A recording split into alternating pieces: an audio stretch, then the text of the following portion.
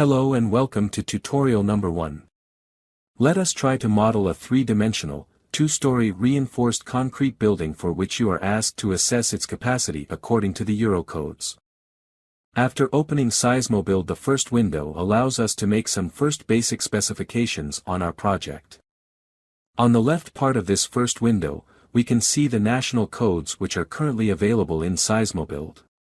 Specifically, the Eurocode, the ASCE code, the two most recent Italian seismic codes, the Greek Code of Interventions and the Turkish Earthquake Code. In our example, we will choose to work with the Eurocode. International system units and imperial units are available, and here we will work with the international system of units. Also, we have to choose between two reinforcing bar typologies, an option located at the right bottom of the window. The European and the US typologies are available, and here we will choose the standard European reinforcing bar typology.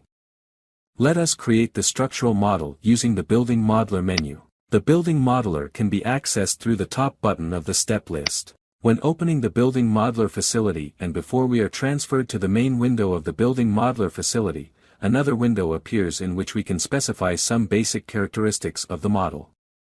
In the Structural Configuration tab, we need to specify the number of stories above and below the ground level along with the story heights. We select 2 stories for our model. Let's now navigate to the Structural Modeling tab. In this tab we can choose the minimum acceptable beam span for our model, we can specify whether the effective width of beams will be considered in the modeling, and we can specify the control node. We select the default options for our example. First we will insert the DWG file containing the plan of the floor we want to model. So we go ahead and click the Import DWG button.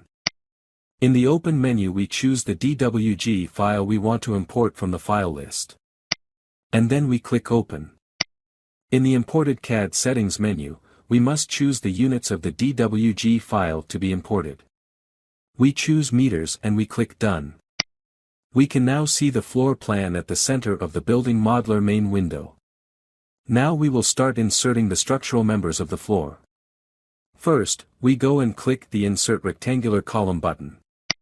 A window explaining how to insert a rectangular column will appear, and we hit OK to close it. We will now work on the Section Properties window. On the View and Modify Geometry tab and under the Geometry drop-down menu, we can select the column section dimensions from a list of predefined dimensions. Here we will choose a 400 by 400 mm square section, or we may modify each dimension by clicking on the dimension label of the section drawing, and then inserting the desired dimension value in the field that appears. In the Boundary Conditions drop-down menu, we may modify the foundation level of the column by defining the difference of the foundation level of the column from the level of the floor at the bottom of the column. In the Material Sets menu, we can see and modify the materials of the member. The default existing materials set is chosen. If we select the Define Materials Sets button, the Material Sets window appears, where the defined material sets are summarized along with the values of concrete and steel strength for each set. By default, there are 2 material sets, one for the existing elements and the other for the new elements. In the Reinforcement menu, we can assign the amount of reinforcement of the section by modifying the number and diameter of bars in each reinforcement category. In order to see the modifications we make in the reinforcement, the program automatically switches to the View Reinforcement tab. The reinforcement under modification turns from red to yellow for easier identification. We can also define the transverse reinforcement by modifying the diameter and spacing of hoops along the column length and the number of hoop legs at each side of the column section. Here we will choose hoops with 10 mm diameter and with a 10 cm spacing along the column length. On the Advanced Modeling menu, we can modify the Advanced Member Properties module. In the Advanced Properties window we can specify significant properties related to the code-based checks. Let us go to the View Modify Geometry tab. To select one of the available points on the corners and mid-sides of the section which are possible insertion points of the section, In order to insert a member, we click at the point where we want to insert it. Please remember that the point we click on the floor plan corresponds to the section insertion point, which we have previously specified. Here it is, the square section bottom left corner. After assigning the proper dimensions and sections properties, we need to rotate the section in order to place it in the floor plan. We can rotate the section by specifying the rotation angle in the corresponding field. So, let's rotate the section by 90 degrees in order to align its dimensions with the dimensions of column C4 at the floor plan. We may also rotate the section by 0, 90, 180 and 270 degrees through the buttons located above the section plan. We will select the 90 degrees. Select the proper insertion point. And click at the corner of column C4 in order to insert the column. After having inserted all the columns, we are now going to insert the wall in our floor, which is wall C9. So, first of all we go and click on the Insert Wall button. Again, we can see the How to Insert Wall window which appears. We can close it, and also we can disable it from appearing. The wall's length is graphically defined, so first we go and define the width of the wall by clicking on the width dimension at the Section Properties window. And inserting the desired value in the corresponding field. For us, the width of our wall will be 250 mm. What we can observe in the Section Properties window for walls is that similarly to the columns, there is the possibility to modify the foundation level of the wall that we are going to insert. We can find the reinforcement module. We can define whether we will include boundary elements and, like in the case of columns, we can select each longitudinal reinforcement pattern. For example, the corner reinforcement of the one of the two boundary elements. And define the bar diameter. Or the number of reinforcing bars at the sides along the strong axis. After having defined all the required reinforcing patterns, we can define the properties for the transverse reinforcement of the wall edges, meaning the wall boundary elements, and the middle of the wall. The default advanced properties are employed. So let us go back to the View Geometry tab where we must choose one of three parallel lines as the insertion line along which the wall will be inserted in the floor plan. In our case, the top line is chosen, and for this reason it is highlighted in black color.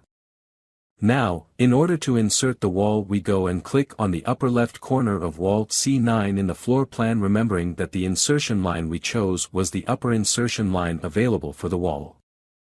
To finish the insertion, we click on the opposite corner of the wall along the wall length. Now, we press the Select Element button at the top toolbar in order to view or modify the properties of an already inserted member.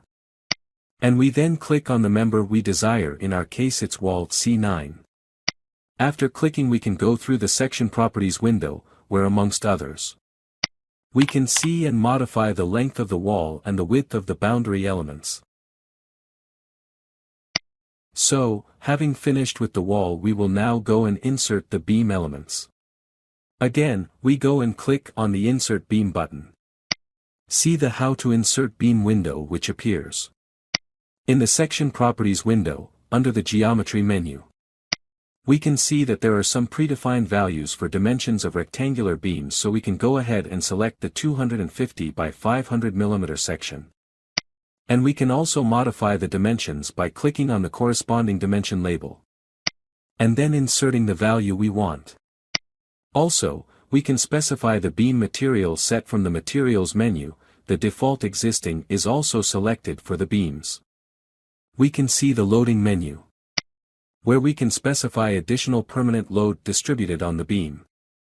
We will not assign any additional load. In the Longitudinal Reinforcement module for beams, we can define the number and diameter of reinforcing bars for the upper part, the lower part, and the sides of the rectangular beam, and for the start, middle, and end section of the beam. The modified reinforcement is colored in yellow for easier identification. Similarly, we can modify the beam transverse reinforcement for the start, middle, and end sections. Following, if we go to the Advanced Modeling menu, By clicking on the Advanced Member Properties button, we can specify the more advanced parameters for our beam. We will now return to the View Geometry tab. And in a similar way to what we did for the walls, we can choose the insertion line from the 3 lines available along the beam length. Here we will choose the bottom insertion line. Then, since we want to insert a beam horizontal in plan, we will activate the ortho option. The ortho option allows us to introduce members only parallel to the horizontal and vertical plan directions. By horizontal and vertical we mean the X and Y axes of the plan. We will then start inserting the beam by clicking on column C1, keeping in mind that we chose the lower insertion line for the beam. We will then click on column C3 in order to introduce a beam between column C1, C2, and C3. Please notice that when we insert a beam intersecting with several columns, as in our case, the program automatically introduces a separate beam between every 2 columns. After having inserted all the beams, we will go ahead to introduce the slabs of the floor by first clicking on the Insert Slab button. Again, the informative window appears. Now, we first go and specify the slab height. Then we will specify the details on the slab reinforcement. We will keep the default values. Then we can specify the slab's permanent and live loads. Notice that the slab weight can be either automatically calculated or introduced by the user. For the definition of live loads, we may directly assign the desired values, or we can use the ready-made list, which will show up if we press the Type of Loaded Area button. In this list, the live loads corresponding with various types of loaded areas as they are defined by the selected code are available. By selecting one of the available choices, the live loads field is automatically filled. After finishing with the slab details, we can insert the slab by clicking in the area where the slab is located. We can then modify the properties of an already defined slab by clicking on the Select button. And then clicking on the slab we want to modify. In the window presenting the support conditions, we can click on each slab edge. To modify its support conditions of the slab, we can click on the corresponding beam, green line. Also, we can define an inclined slab by checking the corresponding box. After inserting the slabs, we click on the Select button. And we select the beam that we will see the beam's effective width on its properties. We click the Geometry tab. And we select the Display Modify Effective Width checkbox.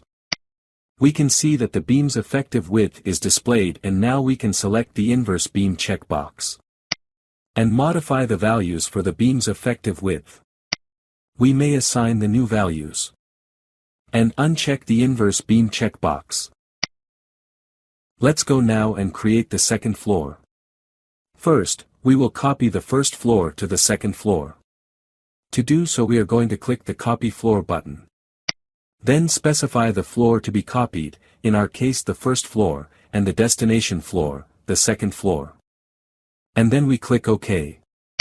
Now, in order to start working on the second floor, we will choose the second floor from the floor list in the upper toolbar of the main window. We will then click on the Import DWG button in order to introduce the DWG file for the second floor. In the file list which appears, we are going to select the second floor file this time. We select Open. We specify the units of the DWG file, which in our case are meters, and select Done. We now have to modify the first floor configuration copied to the second floor in order to implement the second floor. In particular, we will start by deleting some of the elements. So, we go and click the Delete Element button. Now in SeismoBuild, there are several ways to delete members. First, by defining a rectangle on the plan and delete all, or part of the elements included in the rectangle. As evident in the top list of the right window, there are checked elements, which are the elements to be deleted when selected inside a rectangle. In our case, all types of elements are checked. After selecting the elements to be deleted, we click Delete, in order to delete the selected elements. Another way to delete an element is, by just clicking on the element when the Delete button is activated. In this way we can delete beam B15. Next, we need to align the DWG file with our model. To do so we click on the Move Axis Center button. Then we go and click the Axis Center. And while holding the left mouse button, we drag the axis center until our model is aligned with the DWG drawing. At a next step we will define the cantilever slab of the second floor, by using the Insert Slab Edge command. If we want, we can take a look at the informative window that appears. And then we define the slab edges by clicking on the successive corners of the slab. The first corner, the second corner, the third corner, and the fourth corner. Then, we select Apply, to finalize the slab edge definition procedure. In order to insert the slab in the area defined by the slab edge, beams B8, B9 and the corresponding columns, we select the Insert Slab button. And then we click in the area inside the slab edge. And we can see that once again the slab has been successfully inserted.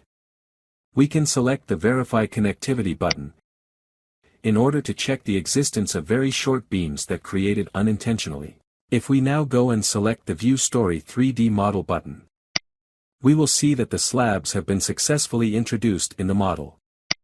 Since we have finished building both the first and second floor of our model, and our model is complete, we can choose to exit the building modeler facility. After the save, we are transferred to the SeismoBuild main window, where we can see the 3D model of our building. We will proceed to the next step of our analysis procedure, which is to define the code requirements for our analysis. So, we select the Code Requirements button on the procedure step list. The Code Requirements window opens, and on the left part of the window we can see the available codes, while only the code chosen for the project, in our case the Euro code, is active. In the first tab, we can see the limit states defined by the code. Since all limit states are checked, code-based checks will be carried out for all limit states. We click on the drop-down menu, in order to choose the type of the analysis that will be carried out. Here we will choose Nonlinear Static Procedure. Next, in the Seismic Action tab, we can define the characteristics and final shape of the acceleration response spectrum that is going to be used in the analysis. In the Lateral Load Profile tab, we can choose the basic combinations from the predefined pattern schemes that we are going to carry out. We can also select the maximum inter-story drift, as a percentage of the building height and the number of steps of the pushover analysis. The next tab is the Knowledge Level tab, where we will select the second available knowledge level.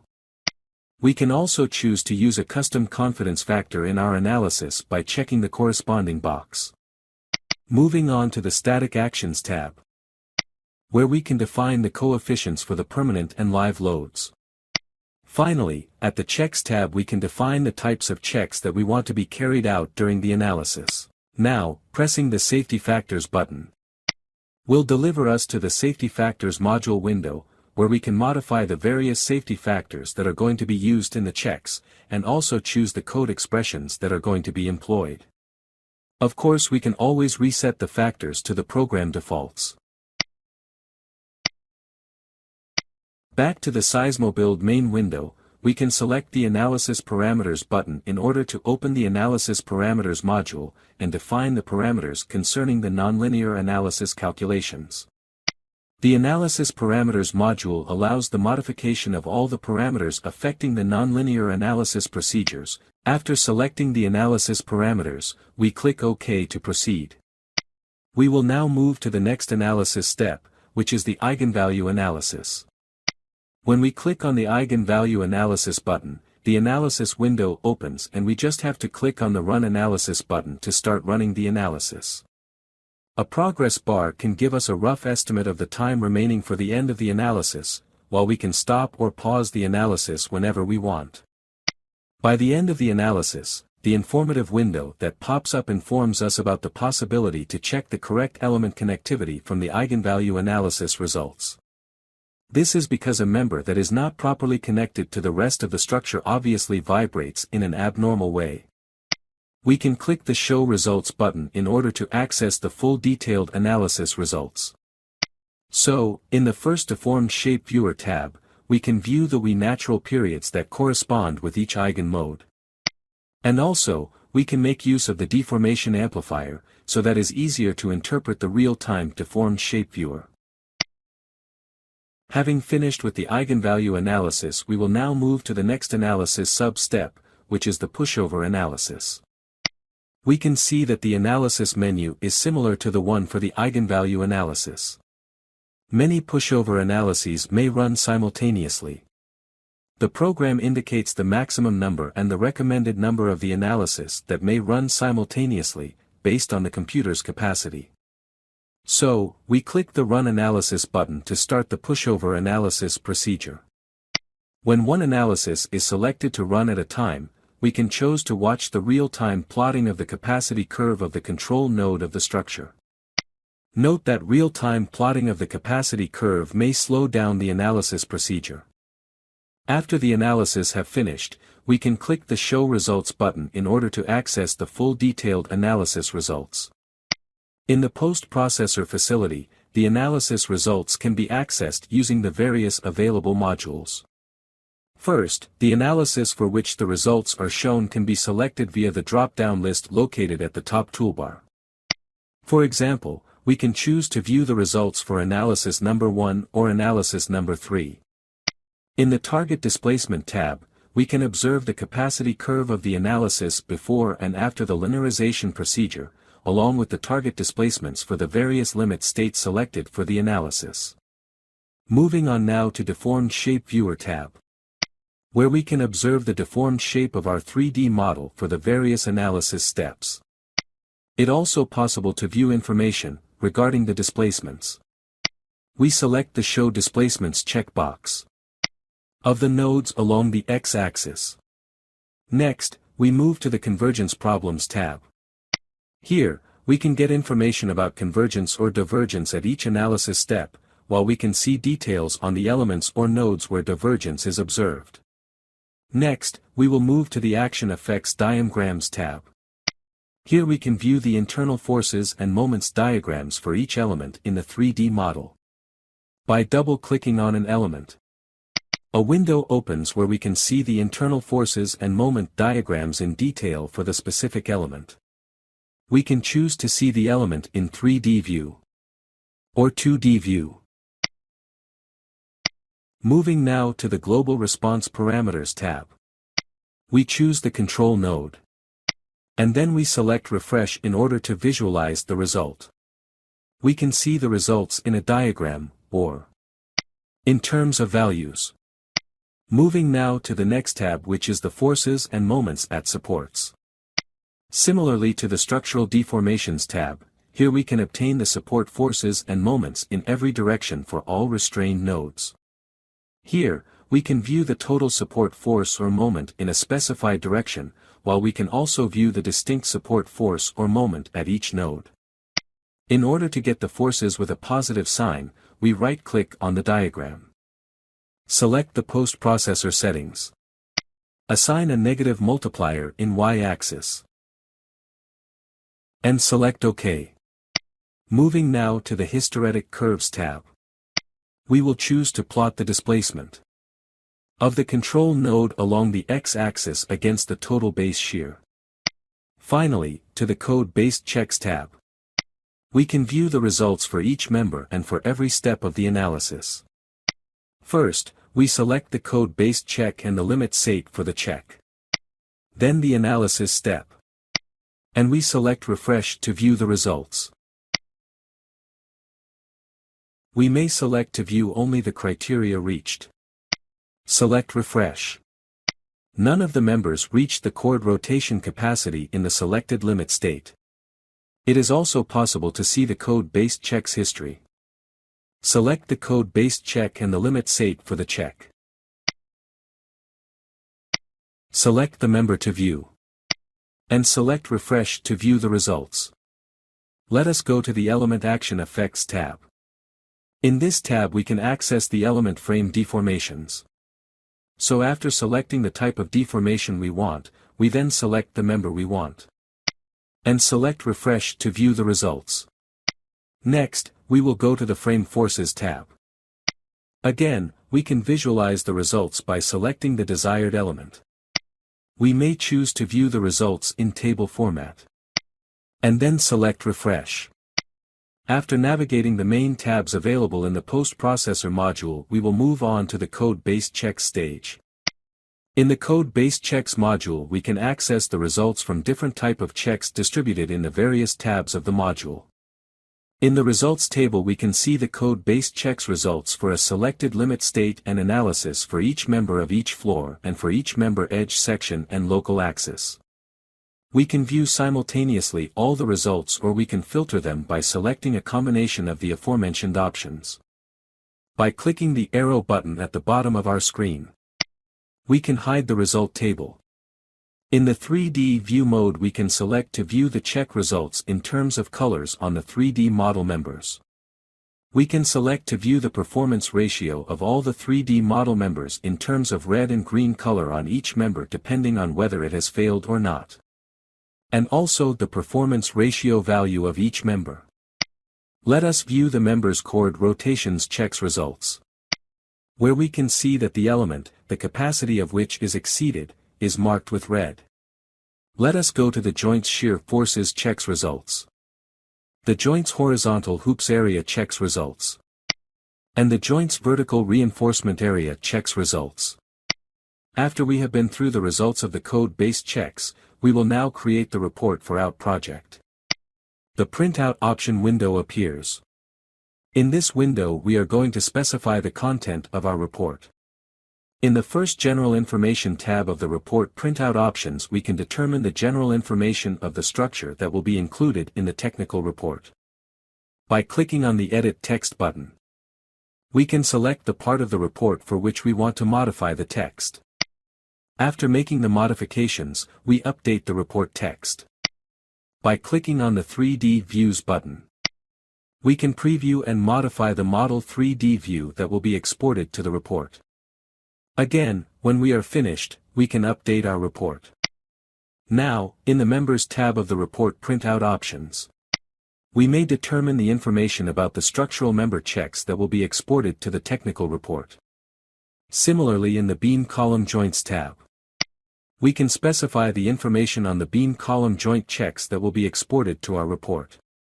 In the Foundation tab, we can specify the information about the footings, if employed, that will be exported to our report. Finally, in the Detailed Calculations tab, we can select to include in our report detailed calculations of the capacity checks for certain members of our structure. So, we will select the desired member and press the Modify button to modify the information that will be exported for the calculations on the selected member. Select OK. We can also select to export the detailed calculations for a specific joint of our structure. Finally, we press OK to proceed to create the report. The report appears right after the generation is finished. We can then save our report by clicking on the Save button and select the format type in which the report will be saved. We will choose to save the report in the standard PDF format. We will then define the export settings of our report to a PDF file and press OK to export our report to a PDF file. Now let's see the report PDF file. We may also export the CAD drawings of our project. We click the Export CAD Drawings button. In the window that opens, we can specify various settings on the contents of the drawings. Select the Create Files button in order to create the drawing files of our project. Now that our drawings are ready, let us view the first floor CAD drawing. The drawing contains the floor's plan view, the tables summarizing the columns, walls, and beams reinforcement details, along with the drawings of the columns, walls, and the beams cross-sections. Congratulations! You have finished your first tutorial.